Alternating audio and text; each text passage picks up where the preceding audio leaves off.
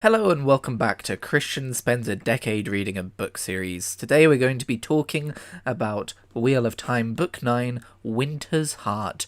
I only took 3 months to finish this one, which comparatively is pretty damn speedy, and what's funny is it doesn't even feel that speedy. I tend to take a fairly large break in the middle of all of these books because that's just how my brain works, that's just where my attention span goes. If you are following my efforts to read this series and you are not already aware of this by now, I don't know where you've been. But it took me 10 months to finish Path of Daggers.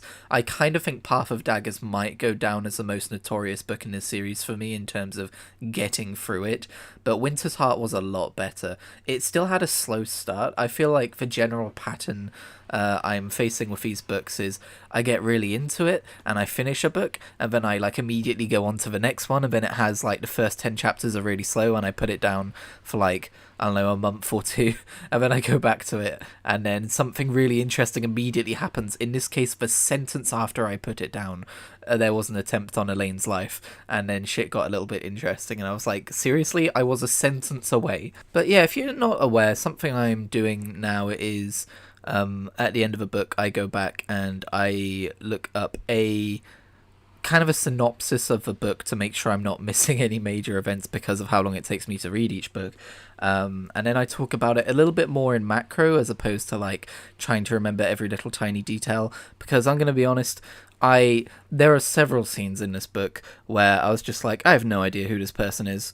They might have been a character for 7 books at this point. They might turn out to be really important in the end. But at the moment, I have no idea who this character is. Sometimes I'm even a little bit hazy on where we are in the world. Sometimes I'm like, wait, I think I missed a line at the start of this chapter and I don't know where we are, and I have to try and figure it out as we go along. This is not the most in-depth analysis of the Wheel of Time, I'm afraid, but it is the reaction of someone's first read through. Also, season 2 of The Wheel of Time is now premiering on Amazon Prime, and I've been hearing really bloody good things about it, as in it's way better than season 1, and I liked season 1, but I've decided to hold off. I've decided I'm not going to watch that show until I'm done reading the books, because last time I watched season 1 while I was reading book 5 or 6, and it was because they changed so much, it was kind of weird to have 2 versions of a story in my head. So for now, I'm just going to let the Amazon series do its thing and I'll get to it. I always feel guilty with doing that kind of thing because I'm like, but then they're missing out on a potential viewer and they might mistake it for misinterest, but I'm literally just one person, so it's fine. Unfortunately, while I was looking up the synopsis of this book on the wiki, it did feel free to tell me that the events of Crossroads of Twilight happen at the same time as this book, which actually is really worrying in my opinion, because some interesting stuff happened in this book.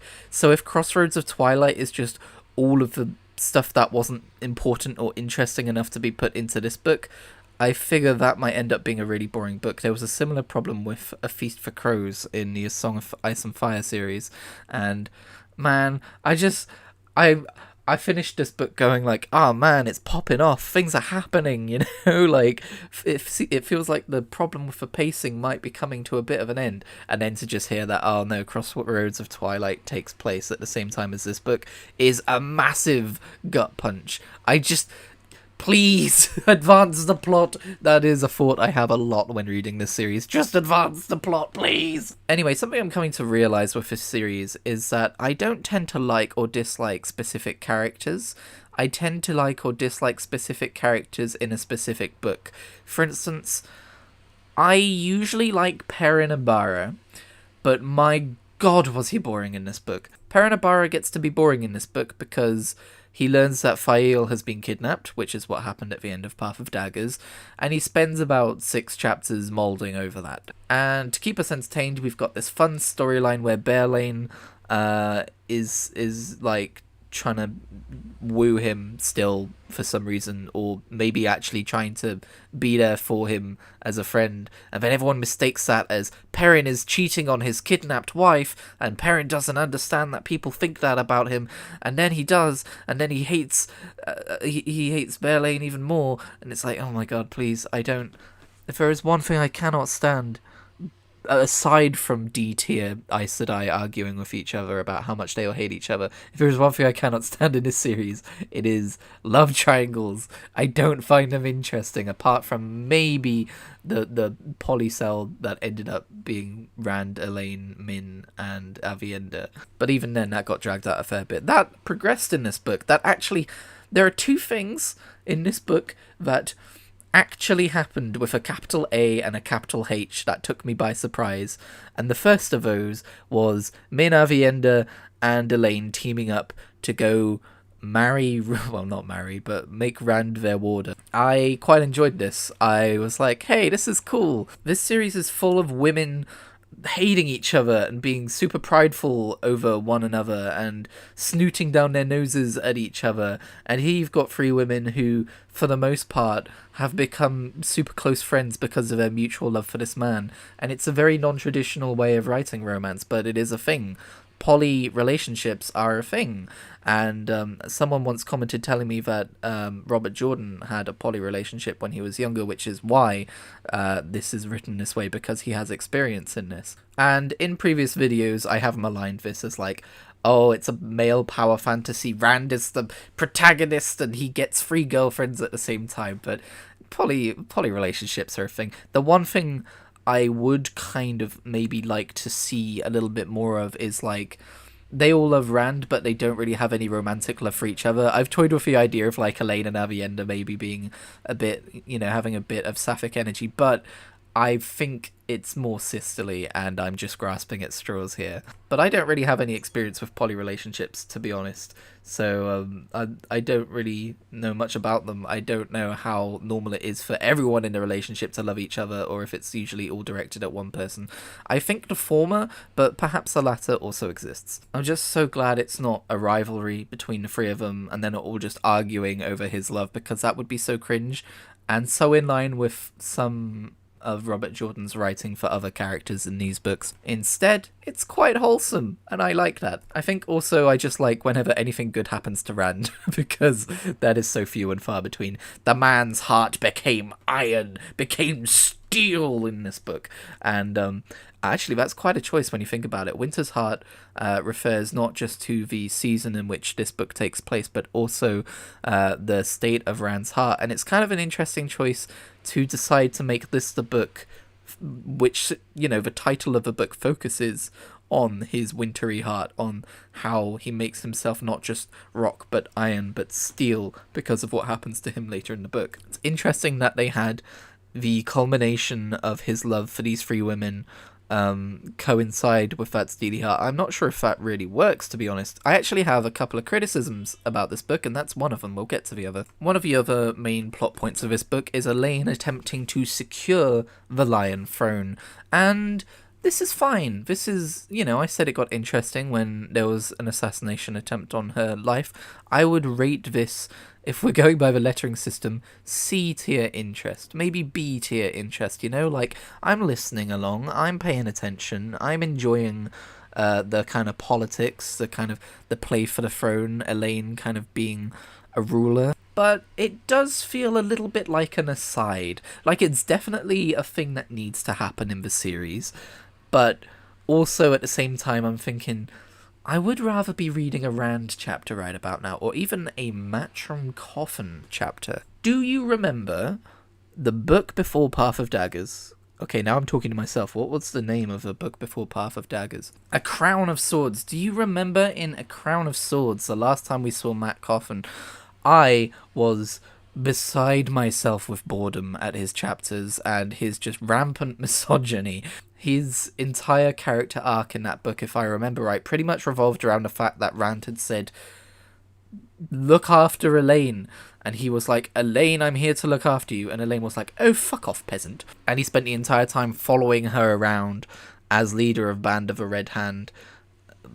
Is that what it's called? I think that's what it's called. Anyway, and he just spent the entire book being like, bloody women. Ooh, I hate bloody women when they have their own bloody thoughts and their own bloody ideas, doing their own bloody things, and they won't let me bloody pick them up and march them off to where Rand bloody wants me to. I think the problem with Robert Jordan's writing sometimes is that he gets, like, this idea for a character trait, and he's like, we're going to explore this character trait for this character in this book. This character hates women. No, that's oversimplifying, but you know what I mean. Like, we want to explore this book, how Matt Coffin is going to deal with when he comes up against women thinking for themselves. And it's like the kind of thing another writer might spend a chapter on, but Robert Jordan dedicates like a third or a quarter of the book on, and I'm just like, please advance the plot. Also, just be aware that some of these problems might be exacerbated by the fact that I'm reading an audiobook version and not a physical book version, so the audio narrators very much set the pace, and they do a bloody fantastic job, but you know what I mean, like, I can't just like skim paragraphs. Anyway, sorry, enough of a Matt Coffin hate. He was interesting this book. Matt Coffin got to be interesting in this book, mostly because he's showing us Seanchan occupied Ebu Dar, but his, I won't say misogynistic, but I guess lady killing, I hate that term, his womanizing values are still there, but I feel like they're less egregious. He has this slightly toxic relationship with the Queen of Ebu Dar, who I was slightly alarmed in a previous book had pretty much jumped on top of him without his consent. But in this book it's explored a bit more, and it seems like, I think what I get hung up on is Matt is very much a character who is constantly in denial in his own thoughts, and sometimes I can take that a bit too literally, and so the idea that Robert Jordan puts across in these Matt chapters is that he actually kind of does love the Queen, or at least enjoy spending time with her. He does feel something for the Queen, but he doesn't want to admit it to himself. And, I picked up on that eventually, but initially it comes across as, my God, this woman is is enslaving this man. But it has to be said, even as he's dutifully reporting into the Queen in this relationship, he's also basically cheating on her with the fireworks lady whose name I can't remember. I want to say Azula, but it's not Azula. That's we're thinking Avatar Last Airbender. Anyway, Matcham Coffin, the unlikely hero, continues to be an unlikely hero who doesn't want to be a hero. He's also a reluctant hero, and pretty much accidentally by the end of this book looks to be in position of, he's supposed to be helping these Aes Sedai out, but it almost looks like he's going to be helping a rebellion instead, but not entirely by his own choosing, just kind of by the way events are shaking out. I might have misinterpreted that. As I mentioned before, a lot of stuff kind of goes over my head. The only way I'm going to get through these books is if I continue reading them, even as my attention may or may not waver. So apologies if I misunderstood that situation, but I'm pretty sure he's going to end up causing a bit of an uprising against the Seanchan. His story kind of got cut off halfway through by the end of this book, and this is actually a bit of a criticism I have with this book, is that it feels like... It kind of feels like, to the untrained eye who doesn't know anything about the context behind the making of this book, that Robert Jordan almost went, oh fuck, I've got to wrap this up. Because we have, as always, these swathes of chapters of this Aes Sedai feels this way about this other Aes Sedai. These Aes Sedai hate each other. Nynaeve is trying to teach the Tide Mistress something, and then she gets the tables turned on her. We're going to spend lots of time talking about that and how that made Nynaeve feel. And then by the end of the book, 1,000 things happen at once. And in my opinion, I think they needed more time. Like, for instance, we're getting this build-up for something big happening in Ebu Dar with Matt, and then we just don't hear from him for the last couple of chapters of the book, and nothing happens with it. Then we've got Rand going to Far Madding, which, for the longest time, I thought was Farm Adding, but it's not, it's Far Madding, to hunt down some rogue Oshamon, and I think to get those access key Terangrials, or whatever they're called. What I find interesting, by the way, about that is Rand is very much there for vengeance. Like, I think there's also like a tactical slant to it, like he needs to kill them so that they don't try and crash the party while he's cleansing the taint from the source. But also, there's other people who are going to crash the party when he's trying to cleanse the taint from the source, as we see in the final chapter. And, it's interesting that he singles out the Ashman. It's very much about revenge, I think. And it's interesting that that exists in Rand's heart. He's very much not a pure little farm boy anymore. You get the impression that it's a betrayal that he took very personally, even though the betrayal was inevitable. Then again, something which has just occurred to me, it's also fun to consider the idea that he knows he's about to cleanse the taint from the source, and he doesn't want the rogue Oshaman to have the joy of being able to channel without the taint on the source. He doesn't think they deserve that benefit that he's about to give to all of the male casters. That's just a fan theory, though. Anyway, what I want to really get to is the final chapter of this book, where suddenly Rand goes, alright, I'm going to go cleanse the taint on the true source, and he goes to, the name of a cursed city. He goes to Shada Logoth with Nynaeve, and then they just do it. They just, in a single chapter, they set up this big shield, they get a bunch of Aes Sedai to help them, and there is a massive fight where all of the Forsaken in the world basically go, fuck! They all try and attack Rand and stop him, and they are just repelled by the Aes Sedai. And Rand does it. He cleanses the taint from the male half of the source and falls unconscious, and that's end of book. And I don't know why it's only one chapter, because it feels so sudden. For such, like, a major thing to happen, it feels like such a sudden turn, even though he's been mentioning it all book, it feels like such a sudden turn to suddenly turn around and go and do that, and Cadsuane is suddenly on board. Even though that does get built up to a little bit, it feels like she's just kind of on board all of a sudden. And Nynaeve is just kind of on board all of a sudden. She just happens to agree with the plan, which I'm not sure is really that in character for her. And then there's this big fight, and then all of Forsaken just happen to get defeated by, to be fair, the Aes Sedai and the Asha'man working together. There's counter arguments to all of this, but I can't help but feel in my heart that it just feels so weirdly rushed and not that feature complete in terms of detail. Like, I think back to A Crown of Swords and the fact that the fight for Cairhien took multiple chapters, and this is like a bigger deal than taking Cairhien, and it was a single chapter. It was riveting, don't get me wrong, it was really interesting, and it just kind of feels like, pacing wise, it's bizarrely turbocharged. It does fall in line with the way I felt about this entire series, which is sometimes things just happen, like things which have been built up for ages, they just suddenly happen, and like there's no like fanfare about it. So it does kind of fall in line with some of that, and I think it is also kind of cool, but at the same time I feel like it's a little bit on the other end of that spectrum of just maybe a little bit too, I don't want to say rushed, I'm trying not to say rushed, because obviously I don't know what went into the making of this book. You know, maybe Robert Jordan had plenty of time, but from an unlearned observer who doesn't know anything about the creation of these books, it's just weird. It's just weird. I have to wonder as well where Rand's character goes after this, because one of the most interesting things about Rand as a character has always been the idea that madness waits him on the horizon, and he might already be mad, and he is fighting against time because he knows that he could turn mad. And without that threat, what kind of a character does he become? Does he stop being this super hard guy, or is that more like the emperor in him that's been born and can't really be undone, you know? And like, I strongly suspect Luz Therin isn't going anywhere inside his head, and while he already kind of has confirmed that Luz Therin is not part of his madness, I think that's now going to be explored a little bit deeper, like, wait, you're still here, you're definitely real, what the hell are you? So I am excited to see where that goes, but as already mentioned, we might have to wait an entire book for that. But anyway, I think that's going to do it for my impressions on Winter's Heart.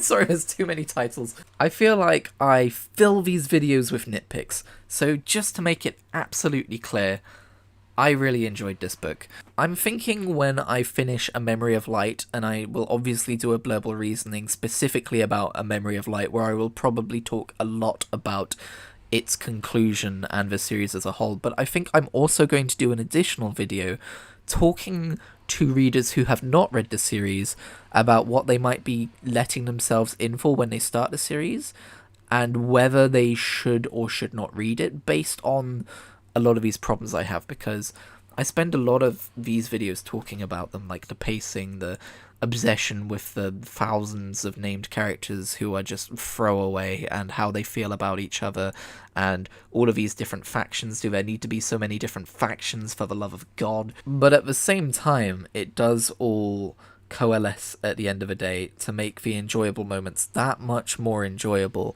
And as much as I'm a stubborn goat, I would not still be reading this series if I did not get a rather large amount of enjoyment out of every book I've read in this series. Path of a Daggers perhaps notwithstanding. If you're worried that I'm sunk time fallacying this, I'm not. I'm still enjoying every book, and I'm sorry that I spend so long in these videos talking about these nitpicks, but I would be lying if I didn't spend half of every book just screaming, please advance the plot. But again, these middle books are apparently the slowest, so that's probably why I'm feeling it so keenly here. But yeah, Winter's Heart, good book. Enjoyed it. Gonna move on to Crossroads of Twilight now. Crossing my fingers, hoping it's not just all of the side characters, the book, because like, what else can take place at the same time? I looked at the chapter titles. I get the impression it's a fairly heavy Perrin book, so I hope Perrin gets a bit more interesting in Crossroads of Twilight, because I did not like him in Winter's Heart. Anyway, feel free to leave a comment letting me know what you thought about what I thought about this book, and leave a like if you liked the video, and subscribe to hear my thoughts on the next one. Just be aware that could take anywhere between 3 to 10 months based on the previous books, and I will see you next time.